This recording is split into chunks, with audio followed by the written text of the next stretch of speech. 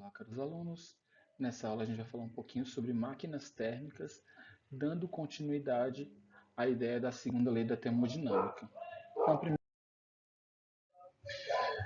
Na segunda lei, como a gente já tinha visto na outra aula, o enunciado dela é bem tranquilo da gente entender. Então, primeira parte, ou primeiro enunciado, não é possível a gente construir uma máquina que, se ela operar em ciclos, ela converte todo o calor recebido em trabalho. O que a máquina térmica faz é receber calor e gerar trabalho em troca. Então, o que a gente tem quando a gente olha para isso? Nenhuma máquina vai pegar todo o calor e transformar em trabalho. Então, se eu der 10 joules de calor, nenhuma máquina vai me devolver 10 joules de trabalho. É isso que ela está dizendo na prática. Como resultado, o rendimento dela sempre vai ser menor do que 1. O segundo enunciado, também bem tranquilo, a gente vem trabalhando ele praticamente ao longo do bimestre inteiro, que diz que o calor ele não vai naturalmente do frio para o quente. O caminho normal é do quente para o frio. Eu posso até gastar energia para que isso aconteça, mas vai ser um processo artificial. O natural é sempre do quente para o frio. E o último, falar um pouco sobre entropia. Quando a gente fala sobre entropia, a gente está falando de eventos irreversíveis ou fenômenos irreversíveis. Então, a entropia do meu sistema sempre aumenta, ela só aumenta. Tá? Não existe uma possibilidade de um sistema isolado ter uma entropia diminuindo, o que vai ser um outro jeito de falar os dois primeiros enunciados. Por isso que são 3 enunciados para a mesma coisa, são 3 jeitos de falar sobre a nossa segunda lei. Vamos tentar entender aqui o que é uma máquina térmica. A máquina térmica, como primeira coisa que ela tem que fazer, é receber calor de algum lugar. Então ela vai na fonte quente buscar esse calor. Primeira coisa que ela faz é ir lá na fonte quente para receber calor. Se essa máquina não recebe calor, ela não funciona. Pensa no carro. O que é a fonte quente do carro? É queimar gasolina. Tá? Então a câmara de combustão onde eu queimo gasolina é a nossa fonte quente. Se eu não queimar gasolina, o carro não anda. Então acabou o carro. O que o carro faz é ele primeiro queima gasolina, aí ele anda como resultado. Então o resultado é ele anda. Isso é o quê? Isso é realizar trabalho. Trabalho é quando uma força faz um objeto se mover. Então, aqui, no caso do carro, o motor vai fazer força lá nas engrenagens, vai gerar um torque nos pneus e vai fazer o carro andar. Então, de forma resumida, o motor faz força e o carro anda. Daí a gente chega na parte da fonte fria, que é o quê? A segunda lei não acabou de dizer para a gente que não dá para transformar todo o calor em trabalho? Então, o que eu descobri é que esse Q1 aqui, ele é maior do que esse trabalho. Então, alguma coisa vai ser jogada fora. Essa alguma coisa que eu vou jogar fora vai ser minha fonte fria. Então, minha fonte quente fornece calor para minha máquina realiza trabalho, o que sobra vai embora para a fonte fria. Pensando ainda no exemplo do carro, o que seria a fonte fria do carro? O carro vai jogar fora calor de diversas formas. Os gases que saem do escapamento, eles são aquecidos, então é uma forma que o carro tem de jogar calor fora. Outra coisa que a gente tem para pensar é que o carro inteiro aquece, ou pelo menos a parte da frente do carro, que é onde o capô está cobrindo o motor, o capô aquece. Tanto é que não é uma coisa inteligente eu fazer uma viagem, depois abrir o capô e botar a mão em cima do motor, porque ele vai estar muito quente. Então ali é uma outra forma de jogar calor fora. Então, de certa forma, o ambiente externo é a fonte fria do carro. Então, a fonte quente vai ser lá a câmara de combustão, onde eu queimo aquilo. Trabalho é o carro andar. E fonte fria é o ambiente externo, onde você joga fora o calor que a gente tem. Essa equação, ela é conservação de energia. Isso aqui eu estou dizendo para vocês, quanto de energia eu tenho no começo, tem que ser igual a quanto de energia eu tenho no final. Não tem mistério. A questão é que isso aqui é um desperdício, porque eu não consegui aproveitar para o funcionamento do motor. Então, o motor recebeu um calor, realizou trabalho, que é o que eu quero, isso aqui é útil. E isso aqui é desperdício. Jogou fora o que não serviu, o que não tinha como usar. Bom, e aí, só para a gente complementar, um ciclo é um ciclo. Então, eu sempre preciso retornar ao início. Se eu pensar ali, como funciona o motor de um carro, não é que o carro vai voltar para o ponto de partida. É que o motor ele vai funcionar em ciclos. Então, o pistão sobe, o pistão desce, o pistão sobe, o pistão desce, por causa da explosão da gasolina, e no final ele tem que estar igual estava no início. Porque se ele não tiver, eu não consigo fazer o carro funcionar de novo. A ideia do motor é que ele funcione várias vezes. Um motor que não funcione em ciclos vai ser um motor descartável. Eu vou usar ele uma vez e depois eu posso jogar fora porque ele não serve para nada. Então o motor tem que funcionar em ciclos. A máquina de Carnot, criada por Sadi Carnot, ela é uma espécie de máquina teórica na qual ele tentou criar todas as condições para que essa máquina tivesse o mínimo de desperdício de energia. O que a segunda lei diz é que não é possível fazer uma máquina que aproveite todo o calor em trabalho. Então, o que o Carnot fez foi tentar imaginar como seria uma máquina onde eu desperdício o mínimo possível. Então, a máquina ideal é a máquina de Carnot. Então, geralmente, muitas questões vão falar sobre motor ideal ou sobre condições de um motor real. A ideia é sempre comparar aqui com a máquina de Carnot para a gente entender um pouco melhor como funciona.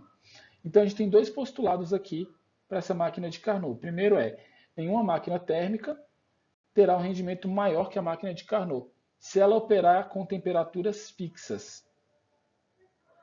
Essa parte é bem importante. Por quê? Se você lembrar do nosso esqueminha com fonte quente e fonte fria, você vai perceber que o calor tem um fluxo de onde é quente para onde é frio, que é o que, como a gente viu, é natural. Só que se eu pensar que essas temperaturas podem variar, na prática a fonte quente vai esfriar e a fonte fria vai esquentar. Então a ideia aqui é pensar que essas fontes térmicas elas vão ter temperaturas constantes e fixas. Porque se isso não acontecer, a gente vai ter um problema de que essas fontes vão deixar de ser fontes quente e fonte fria e vão ficar a mesma temperatura. Elas vão atingir o equilíbrio térmico porque elas estão trocando calor entre eles. E aí uma suposição que ele faz é que quanto mais temperatura, mais calor. Quanto menos temperatura, menos calor. Que é uma espécie de regra de 3 para trabalhar aqui com essa relação entre temperatura e calor. Lembrando, mais uma vez, nunca é demais lembrar, que a gente tem que trabalhar com essa temperatura em Kelvin. Então, sempre em Kelvin. Então, se eu te der a temperatura numa questão em graus Celsius, a primeira coisa que você vai fazer é mudar e transformar isso em Kelvin. Caso você não transforme em Kelvin, você vai errar a questão. Simples assim. Quanto ao calor, a gente geralmente prefere trabalhar em Joule, mas não tem problema nenhum trabalhar em calorias. Inclusive, em muitas questões vai ser mais fácil usar esse calor em calorias do que em joules, que é a nossa unidade padrão. E aí o segundo postulado é uma outra afirmação também importante, que é ponto de partida para a ideia do motor dele, é que esse rendimento só vai depender das temperaturas das fontes térmicas. Então, meu rendimento ele, de alguma forma só depende da fonte quente e da fonte fria. Só isso. Lembra que rendimento é a razão entre o trabalho e o Q1. Tá? Por quê? Porque o trabalho é o que eu quero e o Q1 é o total. Em qualquer contexto na física que vocês estudarem e tiver a ideia de rendimento, ele vai ser representado como o que eu quero dividido pelo total. O que eu quero de uma máquina? Trabalho. Qual é o total? Q1. Pensa sempre nisso que você vai lidar com qualquer versão do conceito de rendimento, seja para uma máquina térmica no segundo ano ou para um gerador elétrico no terceiro ano. E aqui a gente tem o diagrama de funcionamento da máquina de Carnot, que é relativamente simples. O que a gente tem aqui? Um processo em 4 etapas. Então, de A para B, de B para C, de C para D. Aqui a gente tem as temperaturas. Então, TA, o que eles chamam aqui de TA é o que a gente estava chamando de T1. E aqui a gente tem o T2. Então, temperatura da fonte quente, temperatura da fonte fria. A gente vai deixar isso fixo, tá? Só por organização. Porque quando a gente trabalha podendo inverter quem é com T1 e T2, vira uma bagunça. Então, isso aqui é sempre a fonte quente. Isso aqui é sempre a fonte fria. Daí, a gente vai dividir esse ciclo em 4 partes. Primeira coisa que a máquina faz não é ir na fonte quente? Então, a primeira parte é ir lá na fonte quente e buscar calor.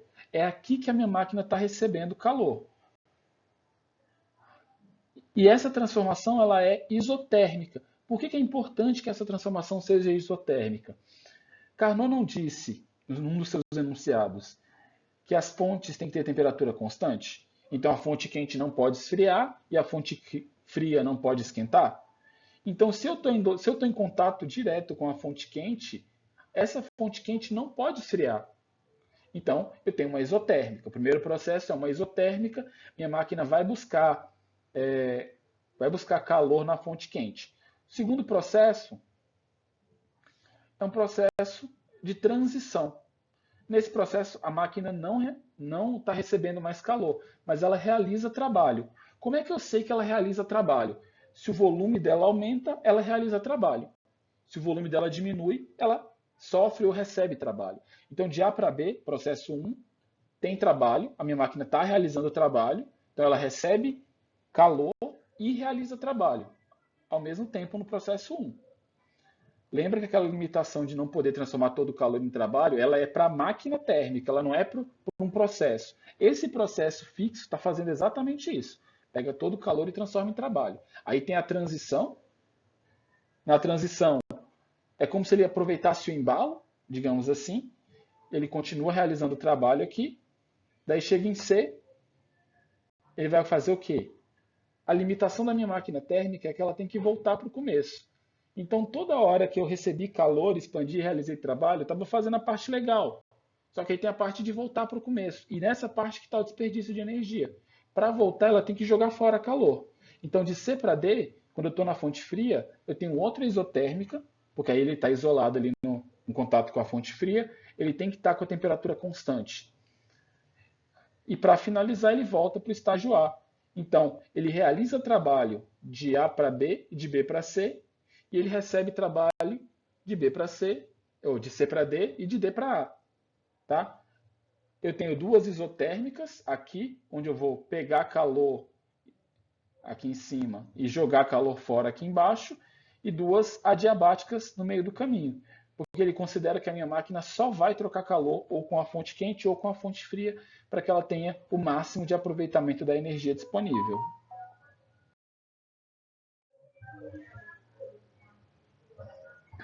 Aqui a gente tem uma pequena animação mostrando como funciona o ciclo de Carnot. Primeiro ele vai na fonte quente, está realizando o trabalho, ou seja, o gás está expandindo e está empurrando o pistão para cima, se eu pensar analogamente a um carro. Na verdade, o pistão de um carro é um êmbolo, então ele continua fazendo o trabalho na transição e quando ele vai para a fonte fria, ele recebe trabalho e joga fora calor. Então, aqui eu tenho uma analogia perfeita ao carro, porque o carro é um tipo de máquina térmica. É óbvio que o ciclo de funcionamento do carro não é o ciclo de Carnot. E nem uma aproximação dele. Tem algumas diferenças que a gente vai ver ainda nessa aula. Mas a ideia aqui é pensar que quando o gás expande, ele realiza trabalho, e quando o gás diminui, contrai, ele está recebendo o trabalho do meu sistema. E isso fecha o ciclo.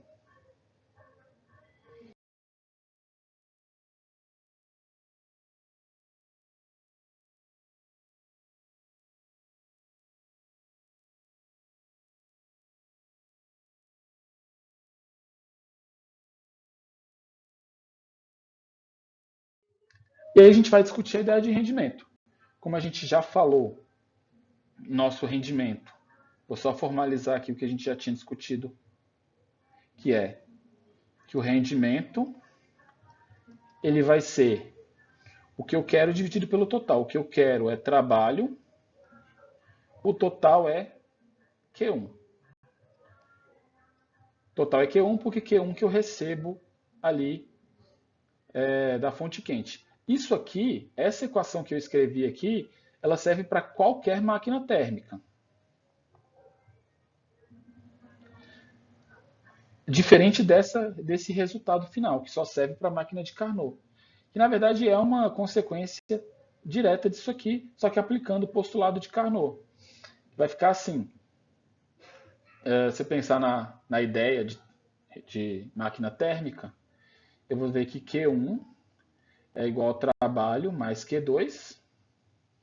Então, é um outro jeito de dizer que trabalho é Q2 ou Q1 menos Q2. Substituindo essa expressão aqui nessa equação aqui embaixo, o que a gente vai encontrar? Que o nosso rendimento é igual a Q1 menos Q2 sobre Q1. Eu posso simplificar a primeira fração e ele fica a segunda. Então, rendimento, Q1 sobre Q1 corta, dá 1, menos Q1 sobre Q2 sobre Q1. Se eu aplicar aquela expressão que a gente viu lá no postulado de que Q1 sobre Q2 é igual a T1 sobre T2, a gente vem direto para esse formato aqui que eu estou demonstrando para vocês. Que é o que vocês vão usar na prática. Então, quando a gente pegar uma questão, vocês vão olhar o seguinte. Essa questão é sobre a máquina de Carnot? Então, eu vou usar isso aqui. Essa expressão me dá o rendimento da máquina de Carnot.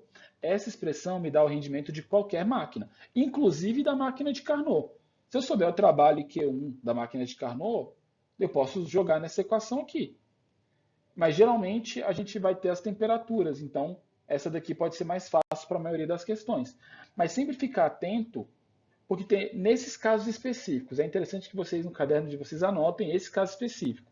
Tipo, que uma equação serve para esses casos e a outra equação serve para esses casos. Por quê? Porque na hora de resolver as questões é isso que vocês têm que olhar para poder saber para que equação que vocês vão recorrer para resolver a questão. Outra máquina que costuma aparecer em provas é a máquina de Otto. O ciclo de Otto ele funciona com premissas diferentes da máquina de Carnot.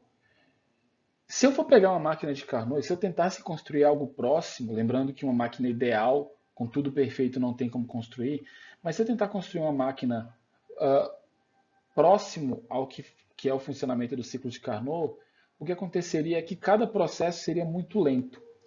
Para que eu tenha um processo perfeitamente isotérmico, é um processo lento. Eu tenho que fornecer calor tipo, de pouquinho em pouquinho, que dê tempo dele transformar essa energia em trabalho antes de eu jogar mais calor. Então isso é um problema. Não me interessa tanto uma máquina que seja lenta demais. Me interessa uma máquina que funcione rápido. E o ciclo de Otto ele vai mudar as premissas para escolher processos rápidos ao invés de processos lentos. É a diferença que a gente tem aqui entre esses dois ciclos. Não só para a gente pensar. Primeiro processo a gente tem a admissão, que vamos pensar aqui agora sim no meu sistema de pistão do carro, já que o ciclo de Otto é a base do funcionamento do motor de 4 tempos. A admissão ela vai funcionar como? O pistão ele está lá no alto, no início, e ele vai puxar, aspirar para dentro do meu sistema o combustível, ou a mistura de ar e combustível. Então esse é o processo de admissão. Então perceba que aqui eu já tenho a ideia de que eu vou queimar alguma coisa. É um motor de combustão. Então, primeiro, a admissão, eu preciso deixar entrar essa mistura de ar e combustível. Depois a compressão. Então o pistão ele estava lá no alto, aí ele deixou a válvula de admissão entrar, aberta, puxou o combustível, como uma seringa quando você puxa o sistema. Daí você joga, você fecha essa válvula e empurra esse combustível para cima. Você está comprimindo ele. Então a compressão é literalmente o pistão está diminuindo o volume e aumentando a pressão, que é o que está acontecendo aqui. O meu volume, meu sistema está vindo nesse sentido, né? Então, meu volume diminui e a minha pressão aumenta. A grande sacada vem agora, que é a parte 3. Na 3 é onde vai acontecer a ignição. A ignição é quando a vela dá uma faísca. Se você pensar no carro, a vela deu uma faísca, explodiu, e aí esse processo vai fazer o carro andar. Na prática, a grande sacada de Otto foi escolher processos muito rápidos. Então a ignição ela é tão rápida que não dá tempo do volume variar. Então esse processo de 2 para 3, se você for observar, o meu volume ele está o tempo inteiro como V1. Esse volume não mudou de 2 para 3. Isso porque ele considera que o processo foi tão rápido que não deu tempo do volume variar. E aí a próxima parte sim é a realização de trabalho de 3 para 4. Aí é a expansão. Nessa hora, esse aumento de pressão vai ter vazão quando o meu sistema empurra o pistão para baixo de novo. Então, o pistão puxou a gasolina, o pistão comprimiu a gasolina, veio a faísca, a gasolina explodiu e essa explosão empurrou o pistão para baixo de novo. Então, aqui de 3 para 4, o que a gente está vendo é o volume está aumentando, que é o pistão descendo, ao mesmo tempo que a pressão vai diminuindo. E aí de 5 para 6, ou de 4 para 5, eu tenho a abertura da válvula e depois exaustão. E aí eu volto para o zero. Por isso, motor de 4 tempos. Por mais que eu tenha 5 pontos aqui no meu gráfico, a gente tem 4 coisas acontecendo aqui. Que é, primeiro você deixa o combustível entrar, depois você comprime esse combustível, depois você explode esse combustível e depois você joga fora o que sobrar dessa explosão. Aqui eu separei uma pequena animação onde vai dar uma noção para a gente de como esse processo acontece. Então, só para a gente identificar. Aqui eu tenho as duas válvulas, tá? Então, aqui é a válvula de admissão e aqui é de exaustão. Então, aqui eu estou deixando, essa vai deixar o combustível entrar, essa vai jogar fora o que sobrar da explosão. Então, aqui, o jeito que ele funciona. Primeiro tempo, admissão, tá? O vídeo não está em português, mas isso aí, o importante é a explicação. Daí ele vai abrir e vai jogar ar e combustível, aquela parte que eu falei, o pistão desce, está deixando o meu sistema entrar.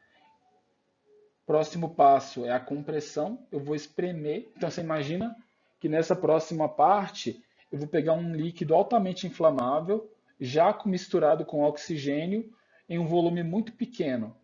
O que falta para isso explodir? Que é o que vai acontecer no próximo tempo. Então depois da compressão, combustão.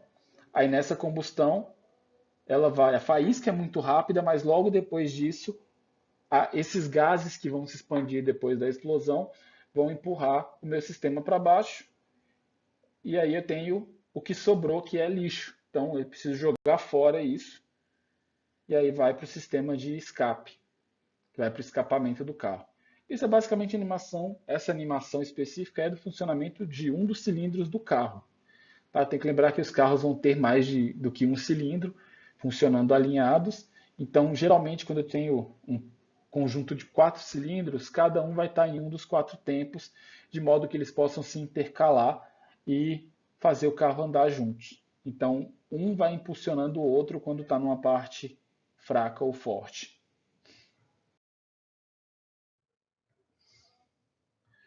Nosso próximo processo é o motor a diesel. No motor a diesel, ele é muito parecido com o ciclo de Otto, mas ele tem uma pequena diferença, que na verdade vai ser de 2 para 3. Então, o que está acontecendo aqui? Primeiro, admissão e compressão, isso aqui a gente já tinha visto, está igual. Depois, aqui, esse processo de 2 para 3 é o que está mudando. Qual é a diferença aqui? Quando você faz a admissão, tem um detalhezinho que é, eu estou deixando entrar o oxigênio e comprimindo o oxigênio. Porque o diesel ele é mais pesado que a gasolina, então é mais difícil, na verdade não é que ele é mais pesado, é que ele é mais difícil de misturar direto com o oxigênio. Então eu jogo o diesel nessa parte de 2 para 3 quando o meu oxigênio já está com a pressão elevada. E aí nesse pedaço ele já vai explodir sozinho. Então, na hora que eu coloco o diesel em contato com esse oxigênio já com uma pressão muito alta, ele vai explodir e aí o resto do processo segue, que ele vai expandir e depois a parte de exaustão. Então, perceba que é tudo muito próximo com essa pequena diferença de funcionamento que vai ficar mais fácil de ver no próximo slide. Aqui a gente tem um motor a diesel. Como eu disse, vai ter um funcionamento um pouco diferente do motor de Carnot ou do motor de 4 tempos. Aqui a gente vê os 4 cilindros explodindo alternadamente. Então, se você pensar em 4 tempos, cada um desses cilindros vai estar indo os 4 tempos, então isso vai ser igual aí, essa parte desse movimento alinhado, vai ser para o ciclo de Carnot ou de Otto, vai ser a mesma coisa. Eu estou pensando em vários cilindros no caso da mecânica do automóvel. Então aqui no motor primeiro a admissão, perceba que só está entrando ar, daí ele vai comprimir esse ar. Então até aqui não tem combustível na jogada, o combustível ele vai entrar agora. Então a ideia é já jogar o combustível numa situação onde seja favorecida a explosão. Você joga o combustível e o meu sistema já entra com a ignição explodindo. Na hora que ele explode, vai expandir, os gases vão expandir, vão empurrar o pistão para baixo, sobraram esses gases e ele vai jogar isso fora. Então a única diferença do ciclo de Otto para o motor a diesel vai ser essa parte de como ele faz essa gestão do combustível, essa parte dessa mistura que é o que está acontecendo nessa animação. E para finalizar, só comentar um pouquinho sobre o motor de 2 tempos, que é um motor que muitas motos utilizam, porque é um motor menor e mais simples. Tá? Nem todas as motos utilizam motor de 2 tempos, só para deixar claro, mas esse motor ele tenta meio que resumir os processos presentes no motor de 4 tempos. Então, se eu olhar para esse motor de 2 tempos, eu vou perceber que ele agrupa alguns processos que aconteciam no motor de 4 tempos, só que agora ele vai agrupar de 2 em 2. Então, dá play aqui. Então perceba, a admissão ela vai acontecer com essa peça que gira, que eu não sei o nome, mas essa peça que gira que vai jogar o combustível para a câmara de combustão. Então, ao mesmo tempo que ele já joga o combustível fazendo a compressão desse combustível. Então, a admissão já vem junto com a compressão. E depois, na ignição, você vai perceber que ele vai fazer expandir e o escape já é a próxima admissão. Então, basicamente, você tem a admissão e ignição. Então, essa é a ideia do motor de 2 tempos. Quando a gente tenta fazer muita coisa ao mesmo tempo, a gente acaba se tornando um pouco menos eficiente, não seria a palavra certa, mas eu acho que seria assim. A gente acaba se tornando um pouco menos eficiente quando a gente tenta fazer muita coisa ao mesmo tempo. A ideia aqui é a mesma coisa. Quando eu tento aproveitar o mesmo processo para fazer um monte de coisa, esse processo ele perde um pouco da sua eficiência, mas ele continua funcional. Tanto é que esse motor é bastante usado. Então, por hoje é isso. Acho que a aula ficou até um pouco mais longa do que eu achei que ela ia ficar. Mas o importante é ter passado a mensagem, ter passado a ideia. Bons estudos e cuidem-se.